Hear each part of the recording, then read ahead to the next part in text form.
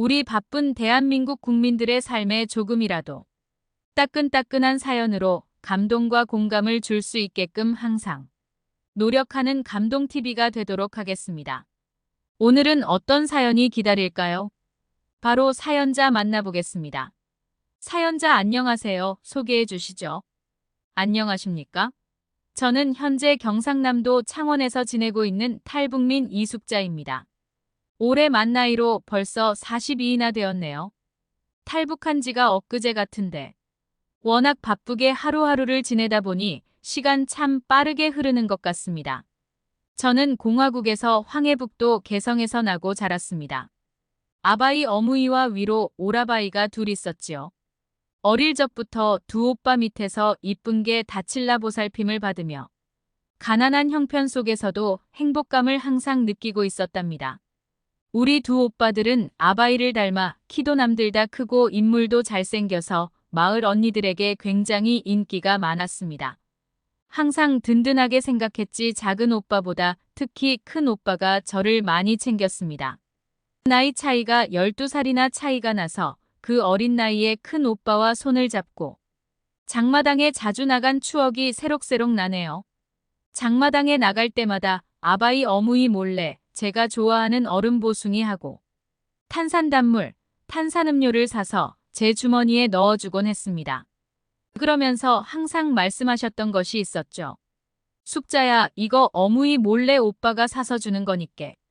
니 혼자만 몰래 묵으래인. 그러면서 미소를 해맑게 짓는데 너무나 기분이 좋았었죠. 저는 큰오빠에게 많이 의지하였어요. 저는 나중에 커서 꼭 큰오빠 같은 남자에게 시집을 가겠다고. 어무이 아버지뿐만 아니라 동네방네 떠들며 다니곤 했지요. 그러던 오빠가 어느덧 군대에 입대할 나이가 되었습니다. 저희 가족은 눈물을 훔치며 잘 갔다 오라고 인사하였습니다. 저는 총총거리며 멀어지는 오빠에게 다가가 말했습니다.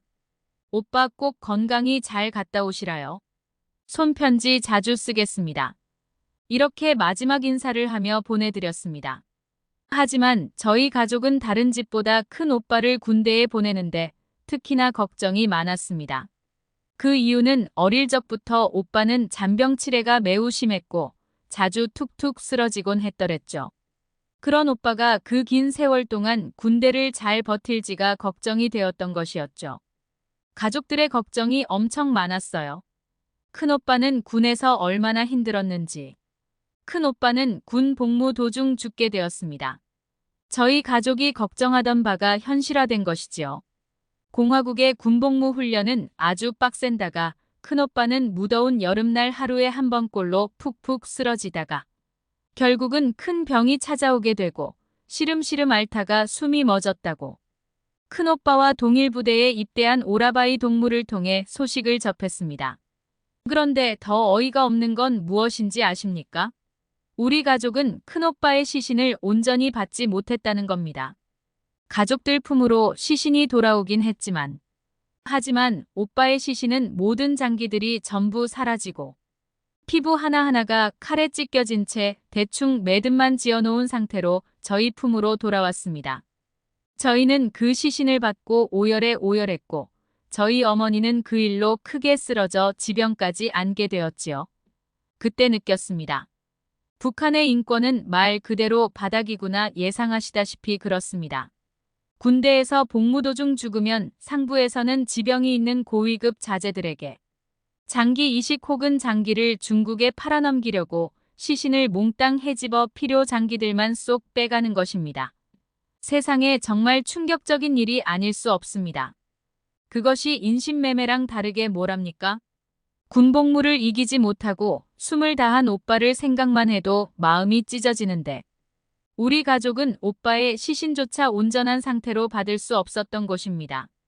저희는 아무 힘도 없었더랬죠. 공화국은 그런 곳이었습니다. 저는 그 이후로 북한 생활에 대한 환멸을 느껴 5년이란 긴 시간 동안 계획하여 탈북을 하게 되었더랬죠.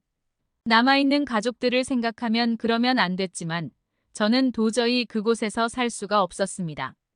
저는 탈북 후 대한민국에서 베풀어주는 세터민 혜택으로 초기 정착금 지원받았습니다. 다행히도 그 지원금 덕분에 경남 창원에 자리를 잡고 식당 일을 하기 시작했죠. 그런데 말도 안 되게 식당 사장님이 저희 큰오빠와 닮은 것입니다. 훤칠한 키와 체격, 잘생긴 얼굴, 그리고 다정다감한 성품까지요. 저는 사장님에게 한눈에 반할 수밖에 없었지요. 어릴 적부터 저는 큰 오빠 같은 남자와 결혼하는 게 꿈이었지 않았습니까? 하루는 제가 서빙을 하다가 뜨거운 국물을 쏟아 발바닥에 화상을 입은 적이 있었습니다. 저는 혼이 날까봐 겨울철 사시나무 떨듯이 바들바들 불안해하고 있는데 화상 연고와 밴드를 붙이며 얼음찜질을 해주는 것이 아니겠습니까? 그래 이 남자다 싶어 그 이후로 졸졸 따라다녔더랬죠. 10번 찍어 안 넘어가는 나무 없다라고 했던가요? 서서히 사장님은 저를 받아주어 저희는 2년의 연애 끝에 결혼을 하게 되었습니다. 하지만 저에게는 또 다른 시련이 왔음입죠. 결혼한 지 한 3년 차 때쯤이었을까요? 유전적으로 저 또한 워낙 허약한 체력이었어서 그랬던 걸까요? 저는 심각한 간부전이 찾아와 간 기능이 현저히 떨어지게 되었습니다. 바로 입원하였죠. 그때 의사 선생님께서 말씀하시길 제 상태에서는 반드시 간 이식이 필요한 상태였어요. 제가 제 몸에 너무 소홀했던 것이죠. 한국에서 살아남느라요. 간 이식만이 살 수 있는 유일한 방법이라고 하더라고요. 간 이식이라는 게 그것이 또 쉽지 않았습니다.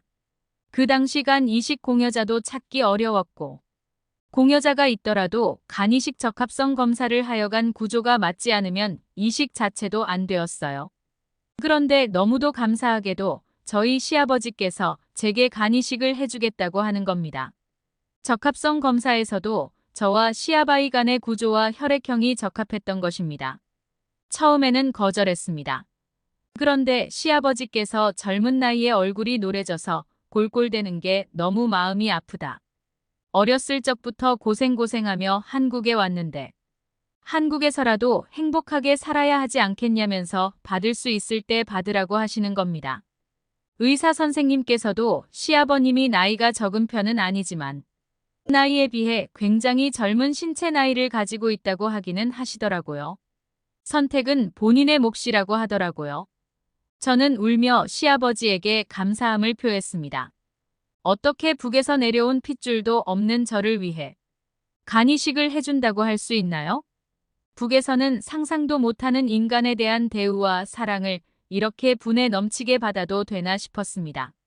이후에 저를 위해 시아버지는 체중을 7kg나 감량하여 저에게 간을 이식해 주었고 저는 현재 면역 억제제를 복용하며 가족들과 건강하게 잘 살아가고 있습니다. 다행히 시아버님도 그때 당시에 그렇게 연세가 많으신 편은 아니어서 건강히 회복하고 잘 지내고 손주들을 보시며 행복해하고 계세요. 저는 시아버님께 이 큰 빚을 어떻게 갚아야 할지 모르겠습니다. 항상 대한민국과 내 가족에게 감사함을 느끼며 살도록 하겠습니다. 이만 제 사연 마무리하겠습니다. 감사합니다. 숙자님 감사합니다. 북에서 받은 상처를 남한에서 꼭 위로 잘 받으며 살아갔으면 좋겠습니다.